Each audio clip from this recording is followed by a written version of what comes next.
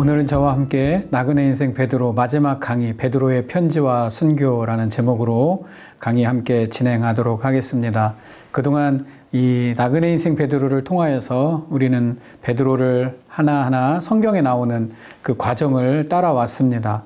그러나 이제 베드로의 어떤 말년에 대한 기록은 거의 남아있지가 않습니다. 우리가 알고 있는 대부분의 베드로에 관한 그의 인생의 후반부에 관한 기록은 대부분 캐톨릭의 전승에 따른 것입니다. 그러니까 베드로가 초대 교황이 되기 위해서 베드로의 인생에 참 많은 색칠을 해야 또 초대 캐톨릭의 교황이 될 수 있었기 때문에 어떤 그런 전승이 후대에 남겨놓은 기록들이 많이 남아 있습니다. 그것이 맞는지 아닌지는 잘 알 수 없지만 그래도 나그네 인생을 살았던 베드로라고 하는 한 사람을 이해하고 또 그가 예수 그리스도의 온전한 제자로 서는 그 양만큼은 우리가 소화하고 또 이해하는 것은 괜찮다고 생각을 합니다.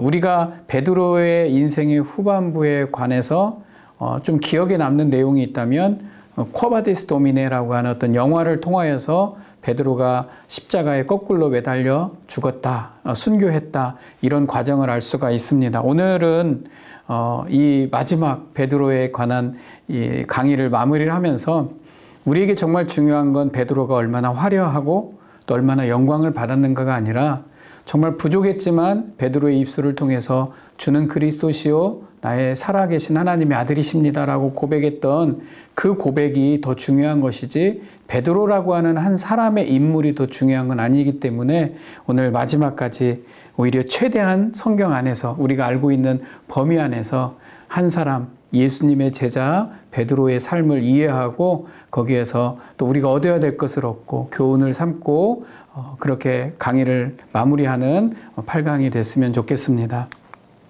베드로가 로마로 가게 됩니다.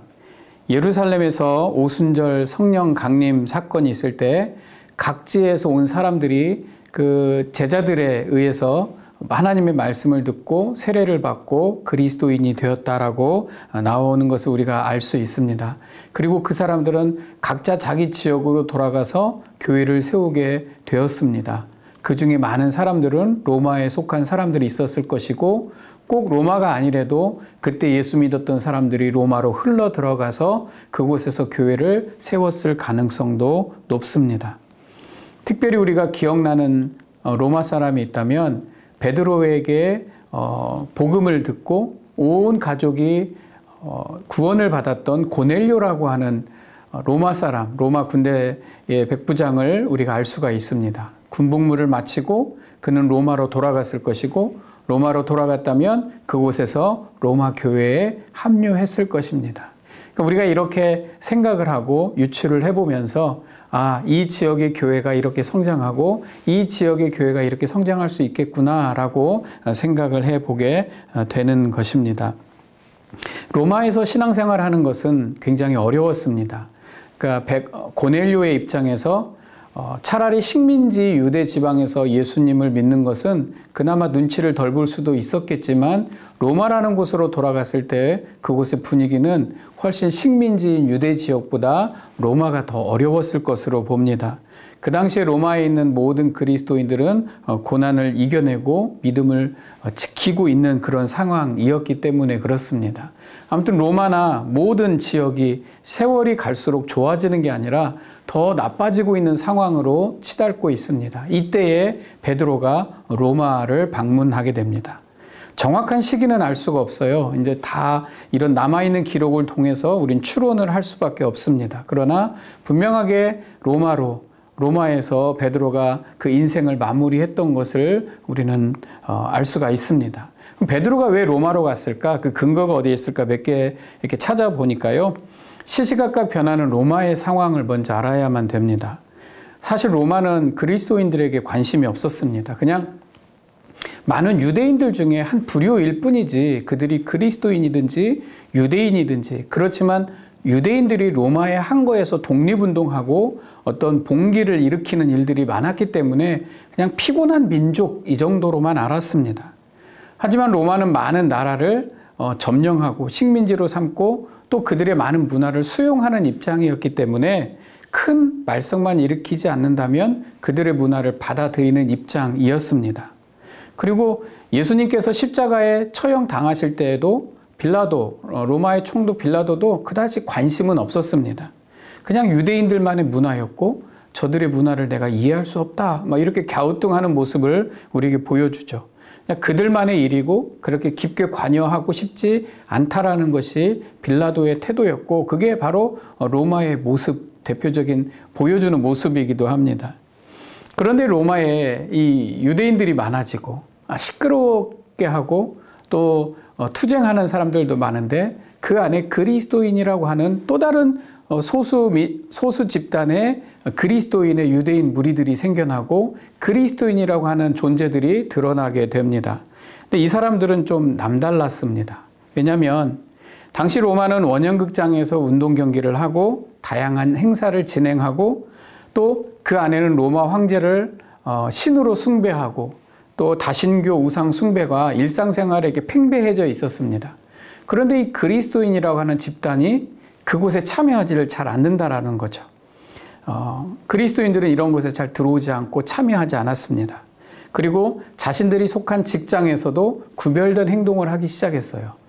이런 종류의 이방인 그리스도인들이 많아지니까 로마에서는 관대한 식민지 종교 정책에서 조금 태도를 바꿉니다. 더 완강하게 밀어붙이기 시작하게 되는 거죠. 그래서 로마에 사는 그리스도인들이 처음에는 신앙생활하는 것이 불편했다면 이것이 핍박으로 변하고 이 핍박이 박해로 변하는 그런 과정 속에 살아가고 있는 것이 바로 로마 교회의 사람들이었습니다. 그리고 이 당시에는 또 유대인들의 저항이 만만치 않았기 때문에 그냥 도매금으로 다 넘어가서 핍박에 핍박을 받는 상황이 바로 로마였습니다. 자, 이렇기 때문에 어떤 교회의 리더급인 베드로가 로마로 들어갈 수밖에 없었을지도 모릅니다. 그래서 베드로가 로마로 입성을 하게 됩니다. 사도 바울이 베드로가 아니라 포로로 끌려와서 예루살렘에서 거의 2년에 거친 시간을 통해서 로마의 포로로 끌려왔을 때에, 죄인의 모습으로 끌려왔을 때에 사도행전에는 많은 로마 식구들이 마중을 나왔다 이렇게 나오는데 거기에 구체적인 이름들은 나와 있지가 않습니다.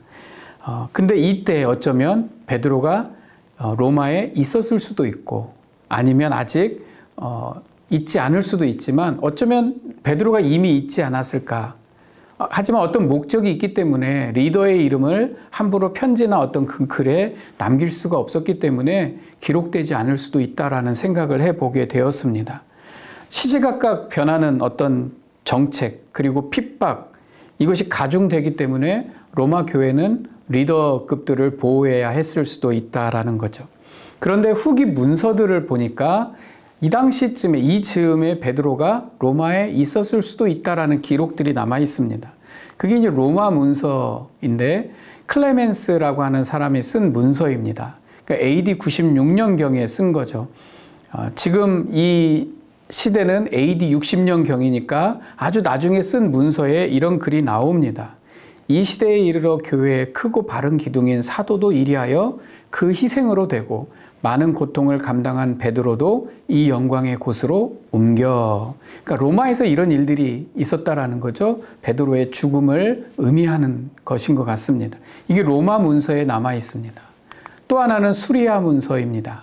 안디옥의 이그나티우스가 안디옥의 두 번째 감독, 두 번째 담임 목사로 이렇게 있을 때에 쓴 내용이 있는데, 이때 이 이그나티우스가 로마에 보내는 편지에 그 편지 내용에 베드로와 바울의 이름이 들어 있었다라는 겁니다. 즉 로마에 베드로도 있었다, 이 말을 우리에게 하는 것이죠. 그래서 베드로는 어쩌면 이미 로마에 있었을 수도 있겠다라는 생각을 해보게 됩니다. 그러나 이런 모든 내용들은 우리가 추론을 하는 겁니다. 이게 중요한 건 아니거든요. 우리는 베드로가 이 마지막 인생을 어떻게 마무리했는지가 궁금한 거지, 이런 기록들이 사실인가 그것을 증명하는 지금 강의는 아니기 때문에 이거에 맞춰서 따라오면 좋을 것 같습니다. 세 번째, 마가와 동행입니다. 베드로는 이제 시리아, 소아시아, 마게도니아, 막 지금의 터키, 튀르키예라는 그 지역에 이제 막 말씀을 전하면서 다니다가 이제 말년에는 로마로 간 것으로 추정이 되는데 이때 한동안 등장하지 않았던 마가 요한, 마가가 함께 등장을 하게 됩니다.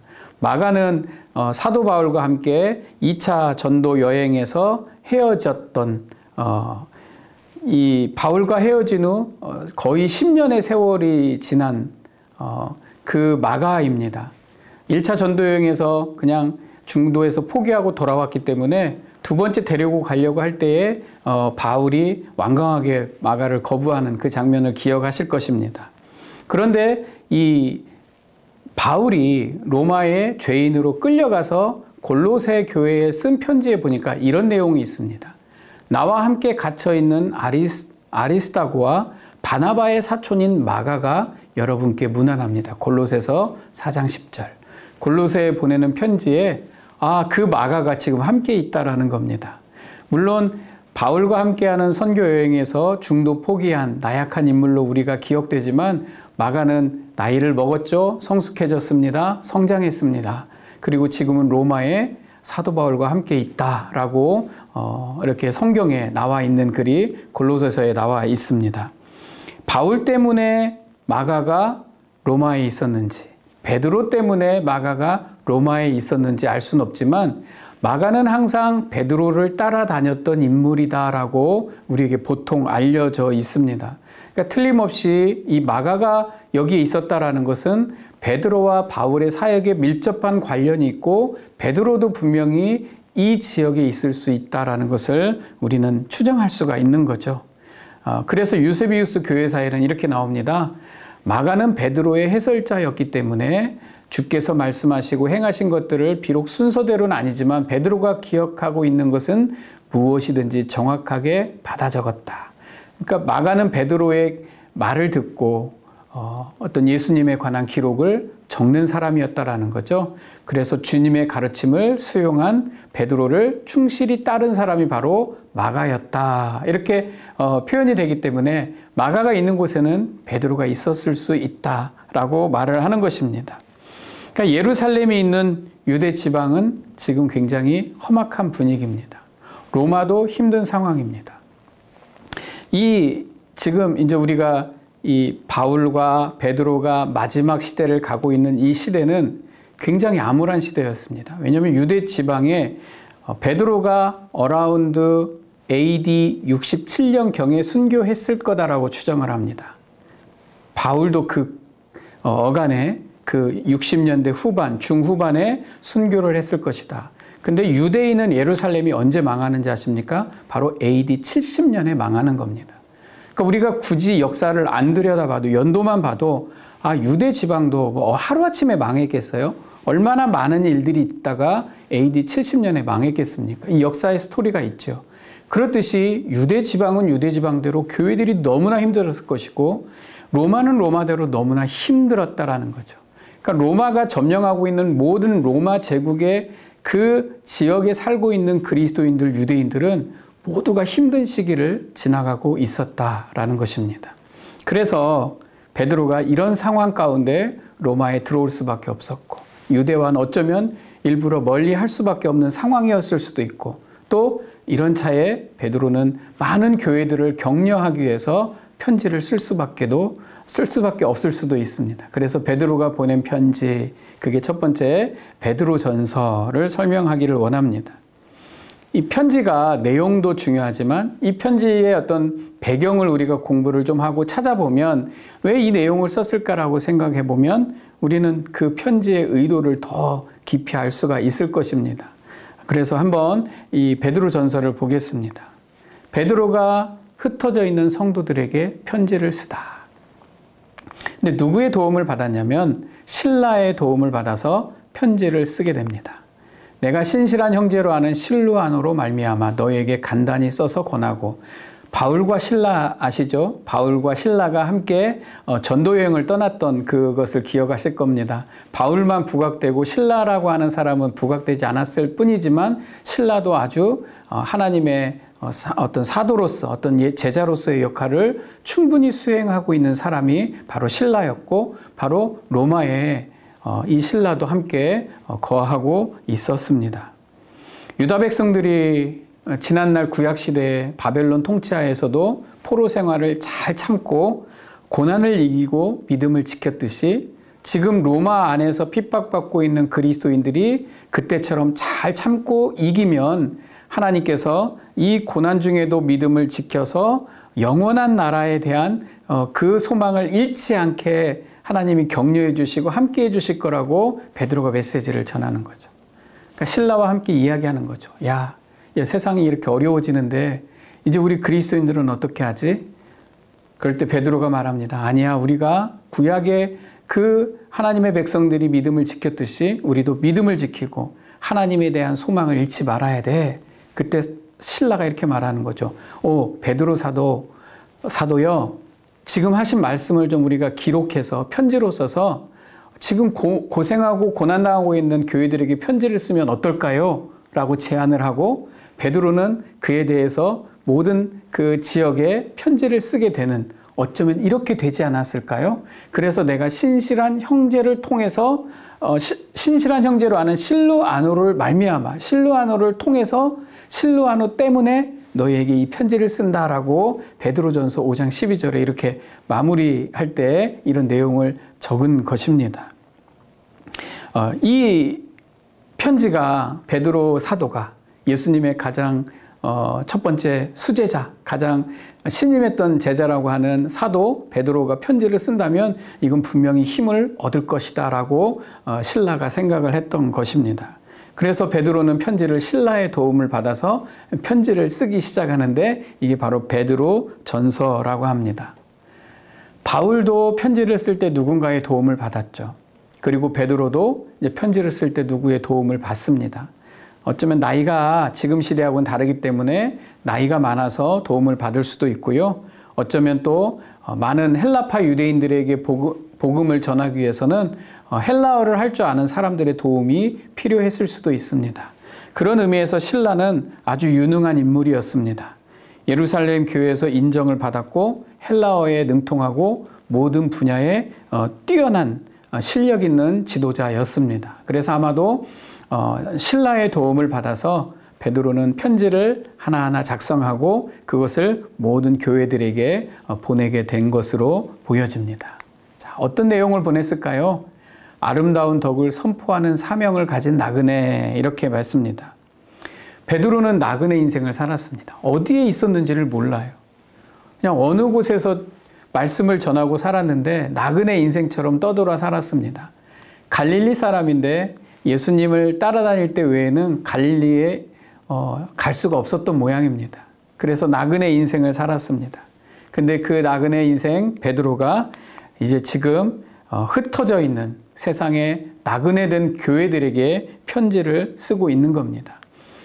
예수 그리스도의 사도 베드로는 본도 갈라디아, 갑바도기아, 아시아와 비두니아에 흩어진 나그네, 곧 하나님 아버지의 미리 아심을 따라 성령이 거룩하게 하심으로 순종함과 예수 그리스도의 핏부림을 얻기 위하여 택하심을 받은 자들에게 편지하노니, 나그네가 나그네된 자들에게 편지하노니 이렇게 말하고 있는 것입니다. 그러면서 그들에게 말하는 거죠. 우리가 나그네 같은 삶을 살고 있는데 우리는 저주를 받았기 때문에 나그네 같은 삶을 사는 게 아니라 우리는 사명을 받았기 때문에 나그네와 같은 삶을 살고 있다라고 베드로가 그들을 격려합니다. 그 내용이 뭐냐면 너희는 택하신 족속이요 왕 같은 제사장이요 거룩한 나라요 그의 소유가 된 백성이기 때문에 하나님이 우리를 이렇게 부르신 이유는 아름다운 덕을 온 세상에 선포하기 위해서, 그 사명을 감당하게 하기 위하여서 너희를 이렇게 택하신 족속, 왕 같은 제사장, 거룩한 나라, 하나님의 소유된 백성으로 불렀다라고 격려하고 있는 겁니다. 오늘 이 강의를 들으시는 여러분들을 하나님이 왜 부르셨냐면, 하나님이 우리를 이렇게 부르신 이유는 아름다운 그리스도의 덕을 세상에 선포하게 하려고 우리를 부르신 겁니다. 이것을 꼭 잊지 마시기를 바랍니다. 그냥 사는 거에만 치여서 살다 보면 우리의 사명을 잃을 수가 있습니다. 그런다고 해서 여러분들이 모두가 사도가 되고 제자가 되고 어떤 이런 식의 어떤 직분으로 사는 삶을 말하는 게 아니라 우리가 그리스도를 온전히 알았다면 내가 아는 예수 그리스도를, 이 아름다운 덕을 누군가에게 또 전해주는 이 삶이, 이 사명이 나의 사명이구나 라는 것을 깨닫고 살라라는 겁니다. 저는 이 은혜가 베드로 이 강의를 들은 모든 분들에게 있기를 원합니다. 그래서 그냥 강의가 듣고 끝나는 게 아니라 이게 내 사명이구나. 우리는 택하신 족속, 왕같은 제사장, 거룩한 나라, 소유된 백성. 야, 축복받으세요. 이 축복송이 아니라 왜 이 축복을 주셨냐면 하나님의 아름다운 덕을 세상에 선포하게 하기 위하여서 하나님이 이렇게 우리를 축복하신 겁니다. 이 은혜를 베드로가 편지를 통해서 많은 교회들에게 나누었던 것입니다. 베드로는 잘 알고 있었네요. 이제는 예수님의 메시지를 정확하게 알고 있는 그런 사도였습니다. 베드로는 또 고난을 이기게 하시는 주님을 경험하고 그 고난을 이야기하고 있습니다. 부당하게 고난을 받아도 하나님을 생각함으로 참으라. 의를 위하여 고난을 받으면 복이 있는 자다. 그리스도의 고난에 참여하는 것을 즐거워하라. 이렇게 말을 합니다. 자, 이 편지가 지금 전달되는 이 시기는 어쩌면 이제 로마의 지금 네로 황제가 막 그리스도인들을 핍박하는 어떤 절정에 이르는 그 시기 전후, 아니면 그 막 바로 이 전야와 같은 뭔가 꿈틀꿈틀 큰 일이 일어날 것 같은 그 상황인 것처럼 보여집니다. 그래서 그리스도인들이 날마다 느끼는 이 체감적인 고난이 막 가중되고 있었습니다. 이런 상황에서 베드로는 로마 제국에 이렇게 흩어져 있는 그 교회들이 염려스러웠고 그 고난에 대해서 잘 이해하라고, 그 고난이 그냥 마냥 힘든 게 아니라 그리스도 일을 위해서 받는 고난은 오히려 복 있는 것이다라고 베드로가 그들에게 격려하고 있는 것입니다. 소망에는 인내가 필요하고 또 현재의 시련과 고난이 오히려 기쁨으로 바뀔 수 있다. 그것이 우리의 믿음 안에서, 우리가 믿는 이 믿음 안에서 그렇게 바뀌어야 된다라고 피력하고 있는 것입니다. 베드로는요, 늘 실패했어요. 베드로는 예수님을 따라다닐 때 늘 시험받고 실패하고 좌절하고, 그것이 어쩌면 베드로에게는 진짜 고난이었을지 모릅니다. 난 안 되나 봐. 난 뭘 해도 안 되지. 근데 주님은 항상 베드로를 기다려 주셨어요. 인내하셨고 손을 내밀어 주셨습니다. 그리고 베드로가 나이가 먹고 성숙해져서 예수님의 가르침을 다 깨달아 알고 다시 그 손을 그 교회들에게 내밀고 있는 것입니다. 많은 그리스도인들에게 실패해도 괜찮고 고난이 와도 핍박이 와도 어려워도 우리가 견딜 수 있는 하나님에 대한 소망이 있다라고 손을 내밀어 주고 있는 장면인 겁니다. 이게 베드로전서에 담겨 있는 거죠. 그러면서 베드로 사도는 이렇게 말합니다. 생각하는 그리스도인이 되어라. 너희 마음에 그리스도를 주로 삼아 거룩하게 하고 너희 속에 있는 소망에 관한 이유를 묻는 자에게 대답할 것을 항상 준비하되 온유와 두려움으로 하고. 우리는 나그네 인생임을 기억해야 합니다. 나그네는 다른 것을 기대고 살 수가 없어요. 오직 우리를 지키시고 인도하시는 예수 그리스도 중심으로 살아야 됩니다. 그리스도인은 예수님 중심으로 살아야 되죠. 힘들죠, 세상을 살아가는 게. 그러나 그때마다 우린 다시 예수님을 붙들고 예수님을 바라봐야 합니다. 베드로는 원래 편견을 가진 유대인이었어요. 그리고 되게 정통적인 어떤 그 스타일을 가지고 있던 베드로가 하나하나 벽이 허물어지고 담을 허물어뜨리는 장본인이 되고 이 편견을 깨시는 예수 그리스도를 하나하나 닮아가게 됩니다. 그리고 예수님께 용서를 받았던 그 디베랴 바닷가를 베드로는 평생 잊지 못했을 것입니다. 그리고 그때 깨달았죠. 내가 왜 살아야 되는지, 소망의 이유가 무엇인지 베드로는 정확하게 알았어요. 내가 바라봐야 되는 것은 예수 그리스도구나. 그래서 베드로에게는 분명한 이유가 있었어요. 그의 소망을 가지는 이유, 삶의 이유, 사역의 이유가 분명하게 있었다라는 거죠. 우리도 분명한 이유가 예수 그리스도가 되어야 됩니다. 근데 우리가 그것을 잊을 때가 있습니다. 왜? 너무 힘드니까. 그러나 다시 한번 말씀을 통해서 기도하면서 우리의 생각을, 우리의 사상을 예수 그리스도께로 맞추어서 그리스도 중심으로 살아야만 하는 것이고, 베드로는 이것을 교회들에게, 그리스도인들에게 다시 한번 재확인시켜주고 있는 것입니다. 그리고 겸손한 베드로는 이렇게 말하네요. 나는 함께 장로된 자요. 나도 장로고 그리스도의 고난의 증인이고 나타낼 영광에 참여할 자니라. 나도 똑같은 사람이다. 이렇게 말하는 겁니다. 그러니까 서로 겸손으로 허리를 동이라. 하나님의 능하신 손 안에 겸손하라. 우리는 하나님 아래서 다 똑같다. 누가 더 높은 것도 없고 낮은 것도 없고, 그러니까 우리는 서로를 돌아볼 수 있어야 된다. 그렇게 허리에 수건을 두르시고 자기의 발을 씻기신 예수 그리스도를 베드로는 기억하고 있었던 것으로 보여집니다. 우리는 하나님의 영광을 노래하죠. 그러나 하나님의 영광을 위해서는 먼저 희생이 있어야 되고, 또 고난이 따르고 십자가가 따르고 되고 순교가 따르게 됩니다. 근데 우리는 하나님의 영광만 있었으면 좋겠죠. 아니에요. 우리의 신앙생활엔 이 모든 것들이 포함됩니다. 그래서 우리가 신앙생활할 때 한번 깊이 생각하면서 묵상하면서 내 삶을 송두리째 이 부분만, 영광스러운 부분만 드리는 게 아니라 내 약한 부분까지 다 온전히 하나님께 드릴 수 있는 것이 바로 그리스도인이 되어야 되고, 베드로도 그렇게 했습니다. 베드로를 통해서 내 약함과 이 모든 것을 다 하나님께 드리는 그 모습을 우리는 배워야 하는 것입니다. 자, 이렇게 베드로가 편지를 썼네요.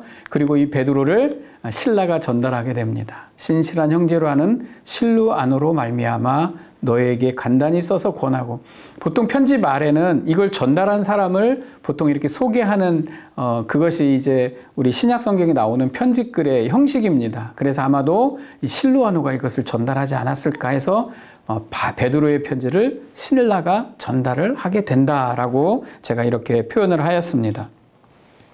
베드로가 또 이 내용에 이렇게 썼습니다. 택하심을 함께 받은 바벨론에 있는 교회가 너희에게 문안하고 내 아들 마가도 그리하느니라. 자, 지금 마가도 너희에게 문안한다, 인사한다. 그럼 마가가 지금 누구랑 있어요? 베드로랑 함께 있다라는 거죠. 그런데 여기에 바벨론에 있는 교회가 이렇게 있었습니다. 그러니까 또 많은 신학자들은 어쩌면 이 편지를 바벨론에서 쓰지 않았을까.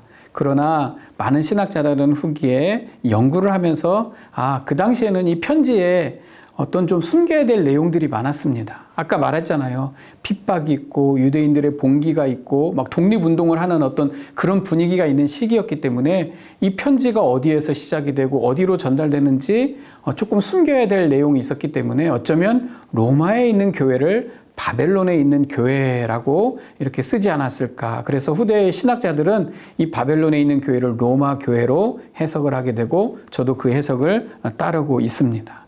자, 어쨌건 여기에서 보여지는 건 지금 로마에 마가도 함께 있다. 베드로도 지금 마가와 함께 이 편지를 쓰는데 옆에 있었다라는 것을 우리는 알 수가 있습니다.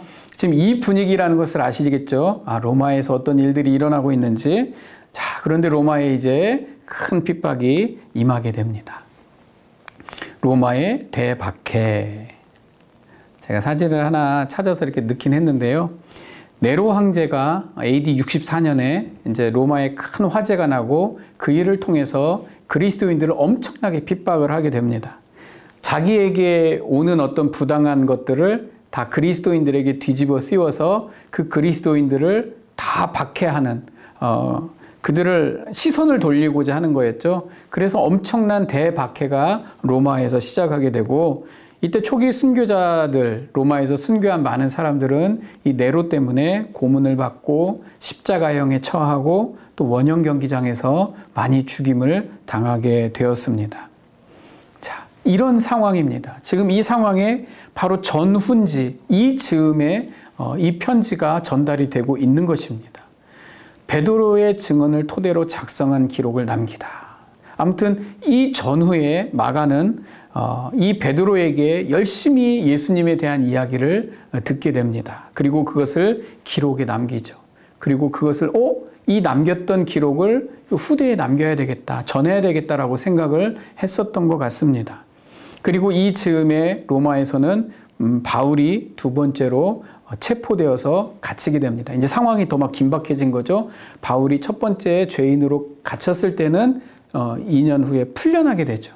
근데 두 번째 갇혔을 때는 순교하게 되는데, 바로 두 번째 옥에 갇히는 그 사건이 이 즈음에 일어나게 되는 겁니다.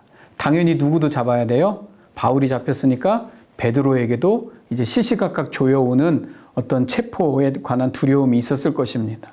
이 분위기에 베드로는 이제 마가를 다른 곳으로 보낸 것 같은데 아마 알렉산드리아로 보낸 것 같습니다. 그곳에서 마저 예수 그리스도의 말씀을 잘 정리했던 그 말씀을 잘 교회들에게 전달하고 또 그곳에서 복음을 잘 전하고 있으라고 마가를 보내게 되는 겁니다. 그러니까 베드로전서까지는 마가가 같이 있었는데 그 후는 이제 잘 모르게 되는 겁니다. 그리고 아까 실라는 베드로전서 이 편지를 가지고 소아시아로 떠났고 각 교회들마다 전달을 해야 되잖아요. 이게 지금처럼 우체국이 있는 게 아니니까 가지고 전달을 했고 누가 복음에 나온 그 누가는 바울의 옥중수발을 들고 있었을 것이고 베드로는 마가를 떠나 보냈고 이제 로마 교회는 엄청난 긴박한 상황으로 치닫고 있는 그런 상황이 된 것입니다. 그런데 많은 이야기들을 유추해서 생각을 해보니까 이 로마에는 이제 로마를 이끌고 있는 브리스길라와 아굴라가 있습니다. 베드로는 브리스길라와 아굴라를 불렀던 것 같아요. 불러서 이제 정말로 내가 마지막이 온 것 같다라는 것을 느끼고 이 실라를 통해서 보낸 편지에 못다 쓴 내용들을 이제 브리스길라와 아굴라에게 전달한 것으로 저는 생각이 됩니다. 이야기를 나누고 나는 교회들에게 이렇게 이제 시시각각 나도 이제 언제 주님 앞에 갈지 모르겠다. 이런 내용들을 하나씩 브리스길라와 아굴라에게 전달합니다. 왜냐하면 그때 로마 교회를 이끌고 있는 또 다른 지도자들이었기 때문에 그렇습니다. 그러다가 결국에는 베드로도 체포가 되는 것입니다. 베드로는 이 암울한 현장 속에 도망가지 않고 남아 있었습니다. 어쩌면 예수님의 말씀이 기억났는지도 몰라요.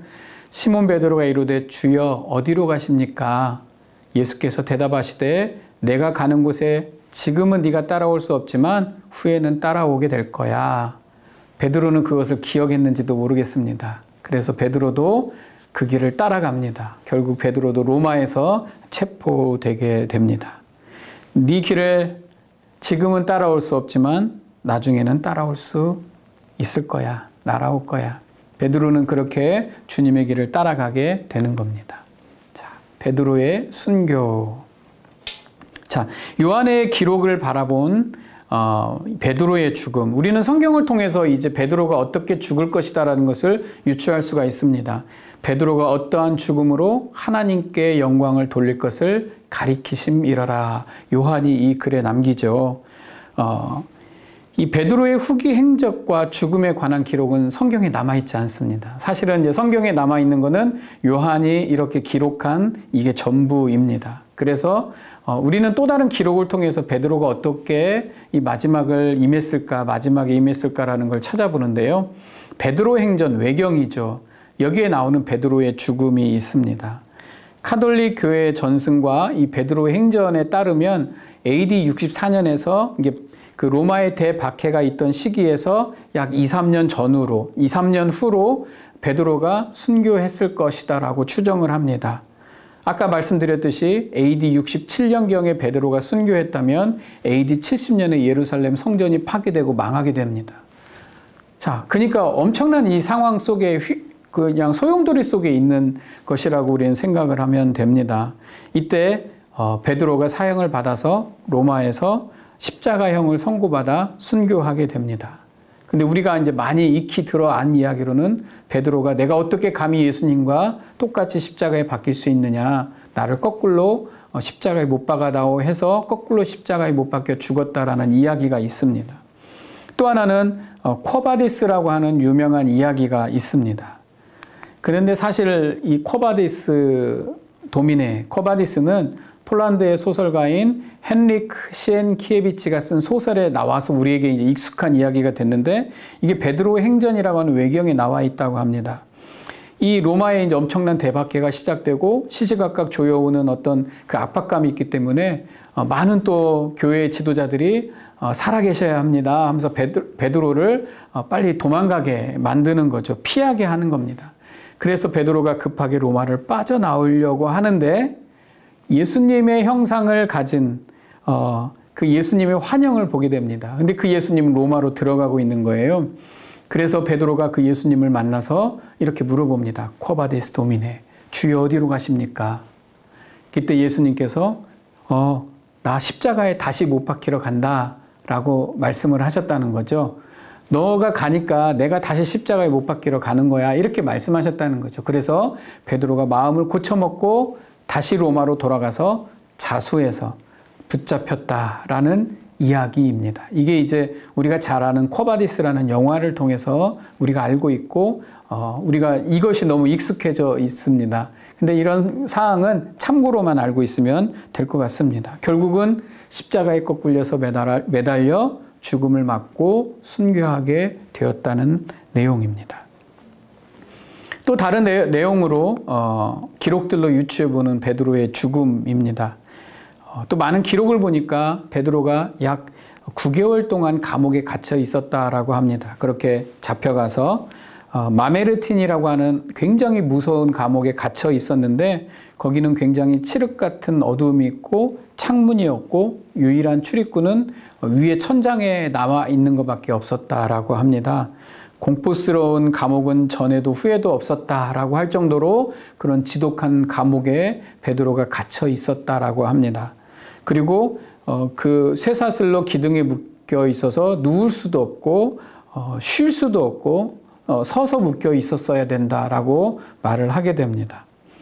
그런데 그 와중에 베드로는 프로세수스와 마르티아누스라고 하는 두 명의 간수를 결국은 복음을 전해서 예수 믿게 하고 47명의 사람들을 그 감옥에서 회심시켰다라는 이야기가 있습니다.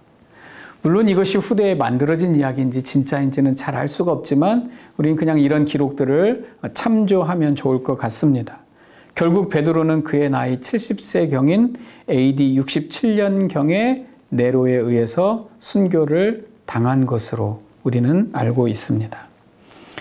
그리고 베드로가 자기가 주님과 똑같은 자세로 죽을 수 없다, 나를 십자가에 거꾸로 못 박아 달라고 말을 해서 결국은 그렇게 죽게 되는데 바로 베드로가 순교한 자리가 지금 바티칸 로마 교황청에 있는 그 언덕이라고 해서 언덕이라고 캐톨릭은 말을 하고 있는 거죠. 이것도 물론 참조 사항입니다.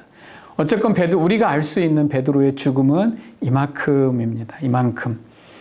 이것은 베드로가 마지막까지 자세한 상황은 알 수 없지만 마지막까지 그리스도의 복음을 들고 그것을 지키고 주님의 길을 따라갔구나라는 것을 우리는 알 수가 있게 되는 겁니다. 베드로가 죽어서 보낸 편지. 자, 이제 베드로 후서입니다. 사실 베드로 후서는 문체가 다르대요. 신학자들이 연구를 해보니까 베드로 전서와 베드로 후서는 문체가 달라서 어쩌면 쓴 사람이 베드로가 아닐 것이다 라고 이렇게 말을 하기도 하지만 성경에는 분명하게 보낸 사람 이름이 베드로로 돼 있기 때문에 그것은 뭐 그렇게 대단한 이야기는 아닌 것 같습니다. 아마 이렇게 대필하는 사람이 달라서였지 않을까라고 또 많은 신학자들은 또 다른 해석을 하게 됩니다. 그러나 이 베드로 후서의 배경을 한번 설명을 보면 66년경에 예루살렘에 66년, 베드로가 67년에 죽었다면 66년에는 예루살렘에 큰 독립운동, 이 봉기가 일어나게 됩니다. 유대인들이 로마로부터 독립을 하기 위해서. 67년에는 베드로가 순교를 하게 되고요. 그리고 68년에는 바로 네로 왕이 죽게 됩니다. 네로 왕은 그렇게 오래 가지 않습니다. 나이도 젊고 굉장히 그냥 뭐라고 표현을 할까요? 그냥 그렇게 좋은 왕도 아니었지만 좀 미친 왕이었죠. 결국 반란으로 황제 자리에서 쫓겨나게 되고 자살해서 죽었다라는 이야기가 있습니다. 그리고 이게 68년에 그 일이 있고 70년에 예루살렘 성전이 파괴되면서 완전히 또 망하는 그런 일들이 66, 67, 68, 70년 이 어간에 다 있습니다. 그러니까 많은 일들이 유대인들에게 있었던 이 시기였습니다. 자, 이런 시기 가운데 이제 많은 아까 베드로 전서라고 하는 편지를 신라를 통해서 교회들이 받아보고 힘을 받고 격려를 받게 됩니다. 그런데 이제 신라가 떠난 후에 베드로가 브리스길라와 아굴라를 불러서 이제 이야기를 나누었다고 그랬잖아요. 못다 쓴 편지를 어쩌면 이야기로 전했을 수도 있고 아니면 기록으로 남길 수도 있었지만 어쨌건 신라가 다시 돌아왔습니다. 신라가 돌아와서 다시 베드로 사도가 이거는 유추입니다. 유추. 베드로 사도가 죽기 전인지 죽기 훈지 모르지만 신라가 다시 돌아왔고 브리스길라와 아굴라를 통해서 베드로가 전한 마지막 말들을 다시 다 정리하기 시작합니다. 그렇게 쓴 편지가 베드로 후서라고 생각이 됩니다. 어쩌면 이렇게 신라가 베드로에게 들은 이야기를 브리스길라와 아굴라를 통해서 듣고 대피를 했다면, 다시 정리했다면 문체가 다를 수도 있지 않을까라는 생각을 해보게 됩니다. 이런 일들이 다 맞을 수도 있고 안 맞을 수도 있지만 이렇게 한번 생각을 해보는 거는 베드로후서가 어떤 상황에서 어떤 마음으로 베드로에 의해 전달이 됐구나라는 것을 알아보기 위한 것이지 이게 그렇게 중요한 말은 아닙니다. 그러나 어쨌건 베드로후서는 이렇게 다시 정리가 되게 되는 거죠. 베드로후서는 모든 그리스도인들에게 보내는 보편적인 편지였습니다. 예수 그리스도의 종이며 사도인 시몬 베드로가 분명하게 쓴 편지이죠. 우리와 함께 보배로운 믿음을 받은 모든 자들에게 보내는 편지라고 합니다. 근데 이때 뭐라고 또 메시지를 전하냐면 하나님을 아는 것이 가장 중요하다. 하나님과 우리 주 예수를 알므로 은혜와 평강이 우리에게 더 많아지고 우리 주 예수 그리스도를 알기에 게으르지 말라라고 베드로전서에도 표현해 놨듯이 또 베드로후서에도 오직 우리 주 곧 구주 예수 그리스도의 은혜와 그를 아는 지식에 자라가라. 더 주님을 많이 알아라. 이렇게 표현을 하고 있는 것입니다. 그리고 베드로는 자신이 만난 예수님을 또 많은 그리스도인들에게 전달해 줍니다. 지극히 큰 영광 중에서 이러한 소리가 그에게 나기를 내 사랑한 아들이요 내 기뻐하는 자라 하실 때에 그가 하나님 아버지께 존귀와 영광을 받으셨느니라. 이 소리는 우리가 그와 함께 거룩한 산에 있을 때에 하늘로부터 난 것을 들은 것이라. 베드로가 말하는 거죠. 하나님을 알라, 예수 그리스도를 알라.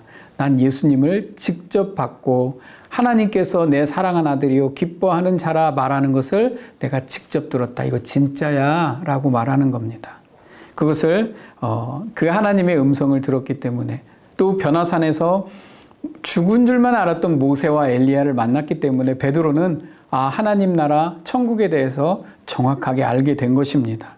그리고 이 부활 사건을 통해서 하나님의 역사하심이 어떻게 이루어지는지를 베드로는 알고 있었던 거죠. 그래서 그 일들을 후대에 있는 그리스도인들에게 고스란히 전하고 있는 것입니다. 네 번째, 예수님의 공로를 아는 것이 가장 의로운 것이다. 무법한 자들의 음란한 행실로 말미암아 고통당하는 의로운 롯을 건지셨으니 이는 이 의인이 그들 중에 거하여 날마다 저 불법한 행실을 보고 들으므로 그 의로운 심령이 상함이라. 자, 이번에는 베드로후서에서 롯, 아브라함의 조카 롯을 이야기합니다.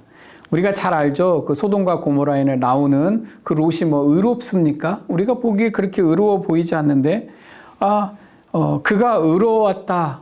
근데 뭐가 의로웠을까? 그게 뭐냐면 소돔과 고모라의 악행을 보고 그의 마음이 상했기 때문에 롯이 의로웠다. 이렇게 말하는 겁니다. 그 정도면 우리도 할 수 있지 않을까요? 소돔과 고모라의 그 악행을 보고 우리도 마음이 아프다. 이 정도면 우리도 의롭지 않을까라는 생각을 해보게 됩니다. 그런데 성경은 우리에게 착하게 살아야 의롭다라고 말하지 않습니다. 이걸 말하는 거죠. 의롭다라는 것은 이 예수 그리스도의 피 흘리신 예수 그리스도의 공로로 의롭게 되었다라는 겁니다. 그러니까 우리는 내가 착하게 살았기 때문에 의로운 게 아니라 예수님 때문에 의롭게 되었어요. 그래서 예수님 때문에 의롭게 되면 우리는 죄악된 세상을 보면 마음이 상하게 돼 있다라는 거죠. 그래서 우리가 그리스도의 마음을 보고 세상을 바라봤을 때 마음이 상하면 우리는 곧 의로운 사람이 된다. 베드로가 이 말을 하고 있는 것입니다. 이게 무슨 말이냐면 우리는 예수 그리스도의 피가 필요하다. 예수 그리스도의 십자가의 공로가 필요한 사람들이다. 이 말을 하고 있는 겁니다.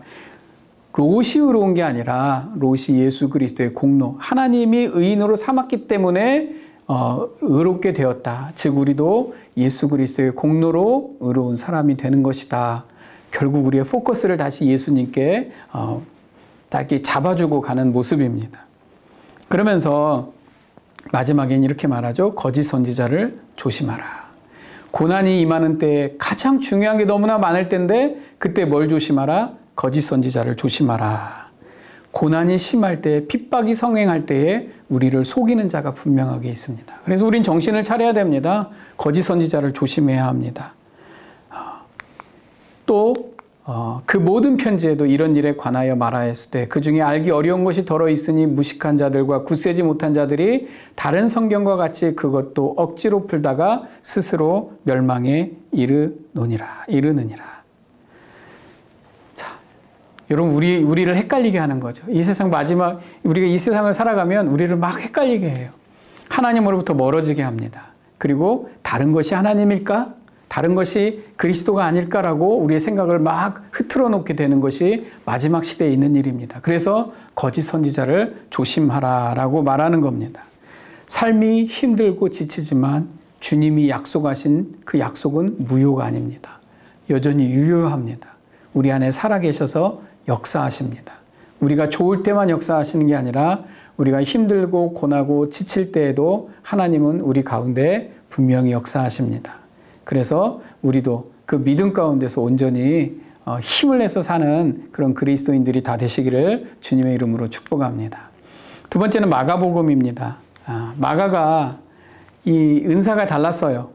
마가의 은사는 아마 기록하고 정리하고 책을 만들어내는 게 더 큰 은사였던 것 같습니다. 사람들을 찾아가서 전도하고 말하고 이런 걸 잘하는 사람도 있지만 마가는 기록하고 책을 만드는 일을 잘했던 것 같아요.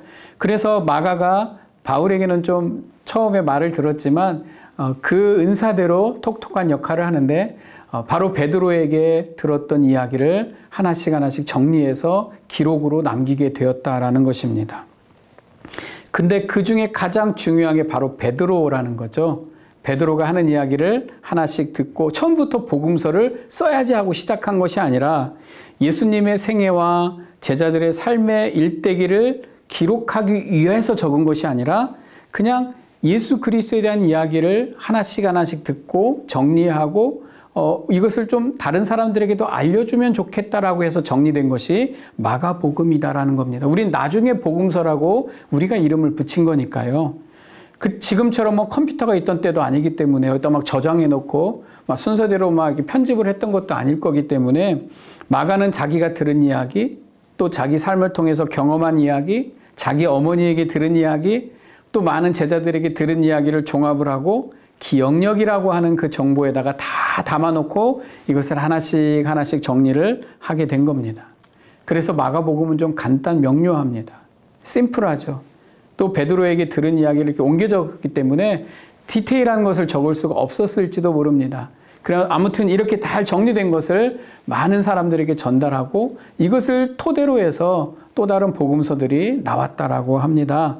그래서 뒤로 나오는 복음서들은 조금 더 디테일하게, 제일 마지막에 나오는 요한복음은 조금 더 자세하게 이렇게 책을 쓸 수가 있었던 것으로 보입니다. 자, 마가는 로마를 떠나서 알렉산드리아에 가 있고 어쩌면 그곳에서 베드로의 순교 소식을 들었을지도 모릅니다. 그러나 이미 이 베드로를 통해서 작성된 이 마가가 기록한 이 기록은, 이 복음서는 이미 많은 사람들에게 전달되어졌고 교회들에게 전달되어졌고 그들이 예수 그리스도를 더 잘 알고 그 믿음을 지키는 데 유용하게 쓰이고 있었을 것입니다. 중요한 복음서. 그래서 마태, 마가, 누가, 요한 중에 가장 먼저 쓰인 복음서가 마가복음이다라고 역사학자들은, 신학자들은 그렇게 보고 있습니다. 자, 나그네 인생 베드로.